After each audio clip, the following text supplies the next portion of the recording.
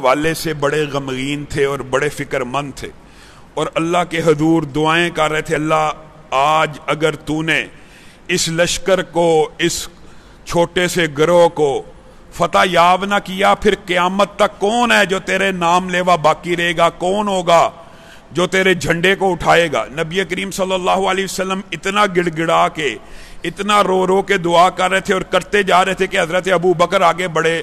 انہوں نے نبی کریم صلی اللہ علیہ وسلم کو کہا بس کر دیں، آپ کا کام تھا اللہ سے مدد مانگنا. آپ کیا سمجھتے ہیں ہم آپ کے جو صحابہ ہیں موسیٰ کے صحابہ جیسے ہیں جو آپ کو کہیں گے آپ اور آپ کا رب جا کے لڑے؟ ہم یہاں پہ بیٹھے ہوئے ہیں. ہماری حالت تو یہ ہوگی جب تک جسم میں خون کا ایک قطرہ باقی ہے، جسم اور روح کا تعلق باقی ہے، آپ کے اوپر کوئی تیر نہیں آئے گا. اور یہ بات صحابہ نے اپنے عمل سے، اپنے کردار سے ثابت بھی کر دی. اس دن نبی کریم صلی اللہ علیہ وسلم نے اس دن فتح کے جو مناظر کلام حمید میں بے شمار ہیں، وما رمیت اذ رمیت ولکن اللہ رمی، سا بہت بیان کرتے ہیں ہم کسی کافر کے اوپر تلوار نہیں تھے اٹھاتے، ابھی اس کی گردن پہ ابھی لگتی نہیں تھی، اس کی گردن تن سے جدا ہو جاتی تھی.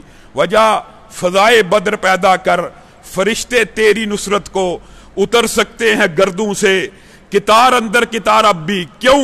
یہ بات بھی آپ سمجھ لیجئے. ایک حدیث ہے جس کا مفہوم یہ ہے، من ماتا ولم یغزو ولم یحدث نفسہ بالغزو، کہ کوئی بندہ ایمان والا، کوئی بندہ بھی، ہم سب اس کے مخاطب ہیں، عورت مرد سب مخاطب ہیں، جو بندہ اس حالت میں ایمان لائے اور زندگی میں کبھی اس نے یہ پلاننگ نہ کی ہو کہ کبھی جہاد کا موقع آیا، کبھی قتال کا موقع آیا، کبھی میرے اوپر جنگ فرض ہو گئی تو میں لڑوں گا نہیں، یعنی جنگ کی تیاری نہ کی اور جنگ کے لیے اپنے نفس کو بار بار ٹرین نہ کرتا رہا، ویسے کافروں کے ساتھ قتال سے اس کی آرزو نہیں کرنی چاہیے. دشمنوں کے ساتھ قتال کی آرزو اس طرح نہیں کرنی چاہیے اللہ کرے جنگ ہو جائے وغیرہ. لیکن جب جنگ مسلط کر دی جائے تب پھر پشت نہیں پھیرنی، تب پھر پیٹھ نہیں دکھانی، اپنے آپ کو یہ ٹریننگ دینی ہے. اللہ اگر موقع ملا، اگر وقت آیا تو یہ جان تو نہیں دی ہے، اس جان کو تیرے سپرد کر دیا جائے گا. اور یہ کام صرف وہی کر سکتا ہے جو بات ہم آپ کے سامنے کئی دنوں سے رکھ رہے ہیں، کہ جس بندے کے سامنے اس دنیا کی حقیقت کھل جائے اور اس کو پتہ لگ جائے اصل مقام، اصل جائے قرار وہ ارب ارب کروڑ سال کی زندگی ہے، یہ دنیا کی زندگی کوئی حیثیت نہیں رکھتی، وہ بندہ تو اپنی جان دینے پہ تیار ہو جائے گا. اس کو تو پتہ ہے میرے آگے ارب سال کی زندگی ہے، اس دنیا سے جانے کا غم اور دکھ کس کو ہوتا ہے؟ حقیقت بات میں اس دنیا کو چھوڑنے کا سب سے زیادہ دکھ گناہگار بندے کو ہوتا ہے. میں جس جگہ جا رہا ہوں وہاں پہ بھی میرا ویلکم نہیں ہونا، اس دنیا کو بھی چھوڑ رہا ہوں جس کے لیے ساری زندگی محنت کی، ساری زندگی مزدوری کی، گھر بنائے، بنگلے بنائے، اس دنیا سے جا رہا ہوں، آگے بھی میرے لیے کچھ نہیں. اور جس بندے کے لیے آگے بہت اچھا سامان تیار ہونا، وہ اس دنیا سے جب جانے لگتا ہے شکر ہی کرتا ہے، مصیبتوں سے بچ گیا، جان چھٹ گئی، بیماریوں سے بچ گیا، آگے جہاں پہ جا رہا ہوں وہاں پہ اللہ کی رحمت ہی رحمت ہے. میدان بدر میں بہت سے معجزات ہوئے، یہ ایک لمبا چوڑا تفصیلی موضوع ہے، انشاءاللہ رمضان کے بعد چند خطبات میں ان کا مفصل ذکر بھی کریں گے. لیکن ایک بات یہ ہے کہ اس جنگ کے اندر ابلیس بذات خود انسانی شکل میں آ کے کفار کو بھڑکا رہا تھا. اس سے ایک بات ثابت ہوتی ہے کہ بعض اوقات ابلیس اور شیاطین انسانی روپ اختیار کرتے ہیں وسوسہ ڈالنے کے لیے، انسانوں کو گمراہ کرنے کے لیے. انسان نے جج کرنا ہوتا ہے یہ شیطان ہے، ابلیس ہے کہ اللہ کا بندہ ہے. جب بھی کوئی بندہ شیطانی روپ میں آئے گا وہ آپ کو چاہے جتنا مرضی پروٹوکول دے، لیکن اگر خلاف شریعت بات کرے اور آپ کو یہ کہ تو بڑا پہنچا ہوا ہے، تو بڑا بزرگ ہے، اللہ کے ہاتھ تیرا بڑا مقام ہے، اب تو یہ شریعت کا فلاں کام ترک کر دے، یاد رکھ لو وہ ابلیس اور شیطان ہوتا ہے، کیونکہ شریعت سے دوری کا حکم صرف شیطان دیتا ہے. اور یہ واقعات بالعموم معاشرے کے اندر موجود بھی ہیں، اور قرآن پاک کی ان آیات سے یہ بات ثابت ہوتی ہے کہ ابلیس انسانی شکل میں آتا ہے. لیکن اس نے جب جبریل و میکائیل کو، اللہ رب العزت کے فرشتوں کو دیکھا تو کہتا ہے سب سے پہلے دوڑ گیا. اور اس دن اس نے پتا کیا گمان کیا، یہ بھی قرآن کے اندر موجود ہے کہ شاید اللہ تعالیٰ آج میری مہلت ہی ختم نہ کر دے. اللہ نے جس طرح جبریل کو جنگی لباس میں اتارا ہے، اس قدر بڑے فرشتے کو حالت جنگ کے اندر، جہاد کے اندر اسلحے سے سجا ہوا، جس طرح جبریل و میکائیل اس دن اترے ہیں، تاریخ میں کبھی ایسے نہیں اترے. شیطان گھبرا گیا کہ آج شاید میری مہلت ہی ختم نہ ہو جائے. آج جس طرح کا اللہ رب العزت انتقام لینا چاہتے ہیں، اور یہ بات بھی ثابت ہوتی ہے کہ اصل میں ہوتا وہی ہے جو اللہ چاہتا ہے. کتنے تھے؟ 313. کسی کے پاس تلوار نہیں تھا، کسی کے پاس تیر نہیں تھا، کسی کے پاس ڈال نہیں تھے، 313 تھے. محالف میں کتنے تھے؟ 1000 سے بھی زیادہ. اور اللہ تعالیٰ نے ان 1000 کو کیا مغالطہ ڈالا کہ شاید یہ ہم سے بھی دگنے. اللہ تعالیٰ چاہے، جو اللہ چاہتا ہے وہی ہوتا ہے. لیکن ہونا کیا چاہیے؟ ہم اپنے عمل کے ساتھ یہ بات بس ثابت کریں کہ اللہ ہم تیرے لیے گناہ بھی چھوڑ رہے ہیں، تیرے لیے نیکی کے رستے کے اوپر بھی چل رہے ہیں، باقی کام اللہ کا ہے. مدد دینا، فتح دینا یا شہداء چننا اللہ کی مرضی ہے. ہم نے اور آپ نے صرف عمل کا میدان گرم کرنا. کل ہم اللہ رب العزت کی رحمت کے حوالے سے چند واقعات آپ کے سامنے رکھ چکے ہیں. بات کو آگے بڑھاتے ہیں. حضرت آدم کو جب اللہ رب العزت نے پیدا کر دیا، لمبا چوڑا واقعہ ہے. ہم اس سٹیج پہ آتے ہیں کہ شیطان نے اللہ رب العزت سے چند دعائیں کی، ابلیس نے، کہ اللہ تو نے مجھے راندہ درگاہ تو کر دیا. اور عجیب و غریب حکمت ہے اس بات کے اندر بھی اللہ کی نافرمانی کی اللہ کی نافرمانی حضرت آدم نے بھی کی تھی، لیکن انہوں نے ربنا ظلمنا انفسنا، اس نے تکبر کیا. لیکن تکبر کرنے کے بعد اللہ کو کیا کہتا ہے؟ اللہ مجھے مہلت دے دے، اللہ مجھے مہلت دے دے قیامت تک. مانگا پھر اللہ سے. اس ابلیس اور شیطان نے اللہ کی گستاخی کر کے جب اللہ سے مانگا، اللہ نے انکار کر دیا. نہیں، اللہ نے کہا جا تجھے قیامت تک کی مہلت دی. اس کے اندر محدثین اور مفسرین نے بڑے بڑے نکتے بیان کیے ہیں. اگر ابلیس نافرمانی کر کے پوری کائنات کے اندر گمراہی کا بیج بو کے اللہ کو غضبناک کر کے تکبر کر کے بھی اللہ کی بارگاہ میں آ کے مانگتا ہے نا، تو اللہ اسے بھی حالی ہاتھ نہیں لٹا رہا. اللہ اس کو بھی کہہ رہا ٹھیک ہے، تو چیلنج کرنا چاہتا ہے، مہلت مانگتا، میں تجھے مہلت دیتا ہوں. اس باب کے اندر پھر ابلیس نے اللہ رب العزت سے چند باتیں منوائیں. کیا؟ میں اکیلا تھا، آدم اکیلے تھے، میں آدم کو گمراہ کرنے میں کامیاب ہو گیا، میں آدم کو بہکانے میں، غلطی تو چھوٹی تھی، وقتی طور پہ پھسل گئے، لیکن اللہ یہ انصاف نہیں ہے. اللہ کو کہتا ہے بات یہ ہے جتنی آدم کی اولاد ہوگی اتنی میری اولاد ہونی چاہیے، کہ ہر آدم کے بیٹے کے ساتھ ایک میری ہی خصلت کا، میری ہی فطرت کا، میری ہی نیچر کا ایک بچہ پیدا ہونا چاہیے، تب حساب برابر ہوگا. اللہ کہتا ہے تجھے عطا کیا. یہ جو کرین ہے انسان کے ساتھ، یہ وہی ابلیس کی اولاد اور ذریت میں سے ہوتا ہے جو مرتے دم تک انسان کے ہمراہ رہتا ہے. ہر بندے کو ضروری نہیں کہ ابلیس آ کے مغالطہ ڈالے، ابلیس آ کے وسوسہ ڈالے. ہر انسان کے ساتھ، ہر آدم کے بیٹے کے ساتھ ایک ابلیس کا بیٹا پیدا ہوتا ہے جو بچپن سے لے کے موت تک کے اس کے حالات و واقعات سے آگاہ بھی ہوتا ہے، اس کی خبر بھی رکھتا ہے، اس کو جانتا بھی ہے اور اس کو گمراہ بھی کرتا رہتا ہے. اور بالعموم بات آئی ہے تو یہ بھی کہہ دیتا ہوں، آج کل جتنے بھی کہانت کے، بلکہ شروع سے جتنے بھی کہانت اور نجومیوں کے سلسلے چل رہے ہوتے ہیں، یہ سارے ان شیاطین اور قرائن کے ذریعے، کرینوں کے ذریعے چل رہے ہوتے ہیں. وجہ کیا ہوتی ہے؟ کرین نے میرا کل بھی میرے ساتھ تھا، پرسوں بھی ساتھ تھا، پوری زندگی ماضی میں میرے ساتھ گزاری ہوئی ہے، میرے ساتھ بڑا ہوا، پلا بڑا ہے، مجھے بہکار ہے، گمراہ کر ہے، میرے ماضی کے ہر واقعے سے آگاہ ہے. جو کاہن ہوتے ہیں، شیطانی علوم کے ماہر ہوتے ہیں، کالے علم کے ماہر ہوتے ہیں، انہوں نے یہ قرائن، انہوں نے یہ کرین اپنے قبضے میں کیے ہوتے ہیں، ان کے ساتھ دوستی کی ہوتی ہے، ان کے ساتھ معاہدے، ایگریمنٹ ہوتے ہیں. کیا؟ معاذ اللہ.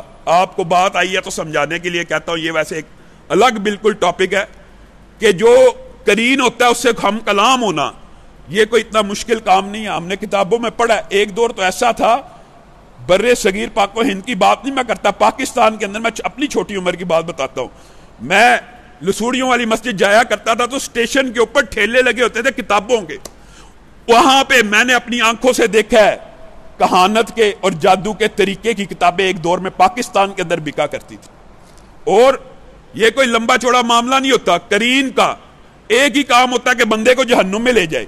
کوئی بندہ کرین کے ساتھ یہ معاہدہ کر لے، گارنٹی دے دے، ایگریمنٹ کر لے، کس قسم کا؟ کہ میں ایک ایسا عمل کرتا ہوں جس سے میرا جہنمی ہونا لازمی ہے، تو پھر کرین اس کا دوست بن جاتا ہے، اس سے ہم کلام ہو جاتا ہے. اس سے گفتگو شروع کر دیتا ہے کہ تو نے میرا کام آسان کر دیا. اور یہ جتنے بھی کام ہوتے ہیں یہ بڑے آسانی سے ان کی کتابوں میں موجود ہیں. یہ ایک لمبا چوڑا باب ہے. مختصر بات یہ ہے اگر آپ کسی کاہن کے پاس جائے اور وہ آپ کو آپ کے ماضی کا کوئی واقعہ بتلا دے, آپ نے اس کو ولی اللہ نہیں سمجھنا, اس کو پیر نہیں سمجھنا. آپ اس کے پاس جائیں, وہ کہ تو نے کل یہ کیا تھا, تیرے ماضی میں فلاں تھا, کوئی آپ کا کوئی نہ کوئی واقعہ جس کی خبر صرف آپ کو, آپ کا قرین اس کو جانتا ہے, وہ اس کے قرین کو خبر دے گا, وہ آپ کے اوپر وہ واقعہ پنچ کرے گا. کہانت کے سارے سلسلے آج جو نام نہاد جیلی ولی پیر بنے ہوتے ہیں اصل میں شیطان کے ایجنٹ ہوتے ہیں جو انسان کو ماضی کی بات بتلاتے ہیں. ماضی کی یاد رکھنا, ماضی کی بات بتلانا غیب کی بات بھی نہیں ہوتی. غیب تو وہ ہوتا ہے جس کی خبر کسی کو نہ ہو. انشاءاللہ آئندہ آنے والے دنوں میں اس حوالے سے بھی مفصل گفتگو کریں گے کہ غیب کے علم کے حوالے سے جو معاشرے میں ایک غلط پراپوگنڈا پھیلا ہوا ہے, نعوذ باللہ کہ انبیاء کو, سارے انبیاء کو غیب کا کلی طور پہ علم ہوتا ہے, نعوذ باللہ. اور لوگوں یہ اتنی سخت اور کڑوی اور تلخ بات ہے, اللہ کی قسم انبیاء کی قربانیوں کے اوپر پانی پھیر دینے والی بات ہے. کیوں؟ حضرت ابراہیم کو پتا ہو اسماعیل کی گردن پہ چھری چلانی ہے, چھری چلنی نہیں, مینڈے نے ذبح ہونا, یہ کیسی قربانی ہے؟ یہ کوئی قربانی نہیں. یہ انبیاء کی توہین ہے. یہ سمجھتے ہیں ہم انبیاء کا رتبہ بڑھا رہے ہیں. یہ انبیاء کا رتبہ بڑھانے والی بات ہے کہ انبیاء کی توہین کرنے والی بات ہے. اللہ کہہ رہا وَفَدَيْنَاهُ بِذِبْحٍ عَظِيمٍ, ابراہیم نے اتنی عظیم قربانی دی کہ تاریخ میں اس کی مثال نہیں ملتی. تم کہتے ہو وہ غیب کا علم جانتے ہیں, ان کو پتا ہو چھری چلانی ہے, ذبح نہیں ہونا, قربانی کیسی؟ ابراہیم کو پتا ہو آگ کے اندر کود جانا ہے, آگ نے مجھے جلانا ہی نہیں, قربانی کیسی؟ اور لوگوں یہ انبیاء کی قربانیوں کے اوپر پانی پھیرنے والی باتیں ہیں. ہاں جتنی خبر اللہ چاہتا ہے, جتنی خبر اللہ چاہتا ہے وہ اپنے نبیوں میں سے کسی کو دے دیتا ہے. چاہے تو جب جہاں دور دراز کی خبر دے دے, چاہے تو ایک سیکنڈ اور ایک لمحے کی بھی خبر نہ دے. یہ ایک لمبا چوڑا باب ہے, انشاءاللہ اس حوالے سے مفصل گفتگو کریں گے. ہم یہ بات آپ کو کہہ رہے ہیں کہ یہ جو کہانت کے جتنے سلسلے ہوتے ہیں, نبی کریم صلی اللہ علیہ وسلم نے فرمایا ہے جو بندہ ان کے اوپر یقین کرتے ہوئے کسی عراف, کاہن, نجومی کے پاس ایک دن بھی چلا جائے اور اس کے بات کی تصدیق کر دے, 40 دن تک وہ فرض نماز پڑھے گا باجماعت, لیکن اللہ اس کے نامہ اعمال میں نہیں لکھے گا, قبول نہیں ہوگی, لکھی نہیں جائے گی. اتنا بڑا سنگین جرم ہے یہ, ہمارے معاشرے میں یہ عام ہے.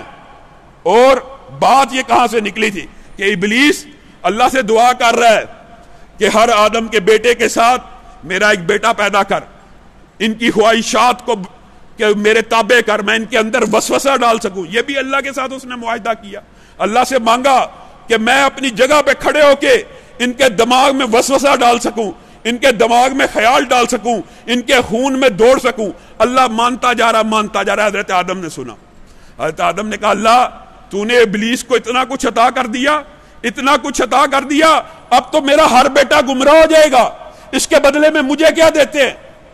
اللہ رب العزت نے, باقی باتیں میں بعد میں کروں گا, لیکن رحمت کی بات ہے, رحمت کی جو بات ہے, آدم کو کہا تیرے آگے پیچھے بھی فرشتے ہوں گے, حملوں سے حفاظت کریں گے, شیاطین کو کھلی چھٹی نہیں دی جائے گی. حضرت آدم مانگتے گئے. پھر اللہ رب العزت نے آدم کو کہا قل یا عبادی الذین اسرفوا علی انفسہم لا تقنطوا من رحمت اللہ.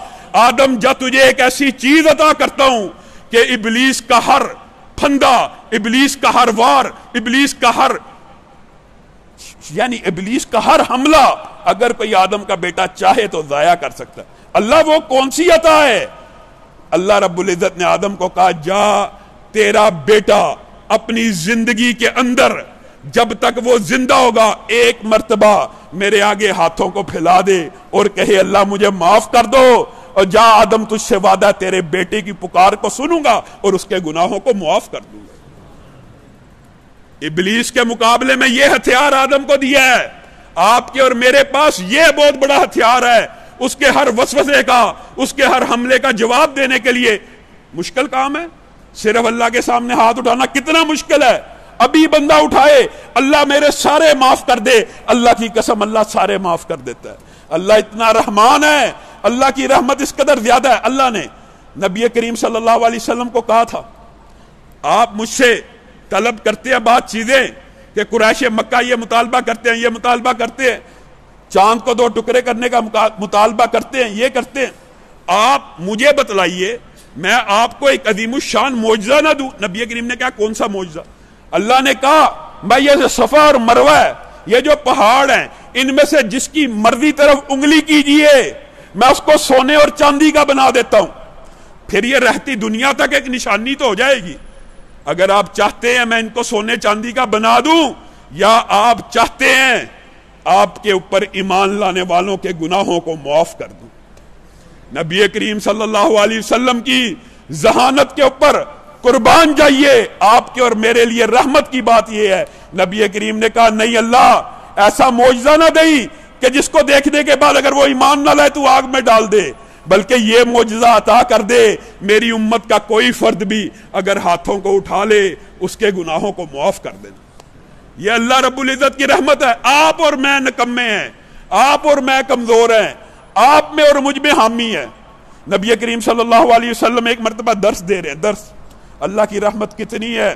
کو انفسکم واہلیکم نارا، یہ آیت بڑی عربی میں اس کی بڑی مفسرین نے تفسیریں لکھی، اس کے اندر جو زور ہے، اس کے اندر جو آپ کہہ لیں وزن ہے، اس کا جو ترجمہ ہے وہ اس قدر عظیم ہے کہ اگر عربوں پہ پڑھی جاتی ہے ان کی آنکھوں میں آنسو آ جاتے ہیں۔ کو انفسکم واہلیکم نارا وقودها الناس والحجارہ، یہ ایک ایسا وزن ہے عربی کے اندر، یہ اتنا خوبصورت انداز ہے کہ عرب کے اوپر نازل ہوا ان کے دل دہل جاتے تھے۔ اللہ کے رسول یہ آیت کی تبلیغ کر رہے ہیں اور کہہ رہے ہیں اس جہنم سے اپنے آپ کو بچا لو جس کا ایندھن پتھر ہیں۔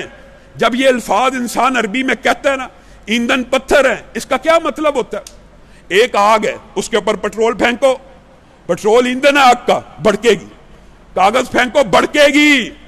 اللہ یہ کہہ رہا ہے یہ آگ تم اگر کاغذ پھینکو اس سے نہیں بھڑکتی، اگر پتے پھینکتے اس سے نہیں بھڑکتی، اگر منو من وزنی پتھر ڈالو وہ ایندھن کا کام دیتے ہیں اور آگ بھڑکنا شروع ہو جاتی ہے۔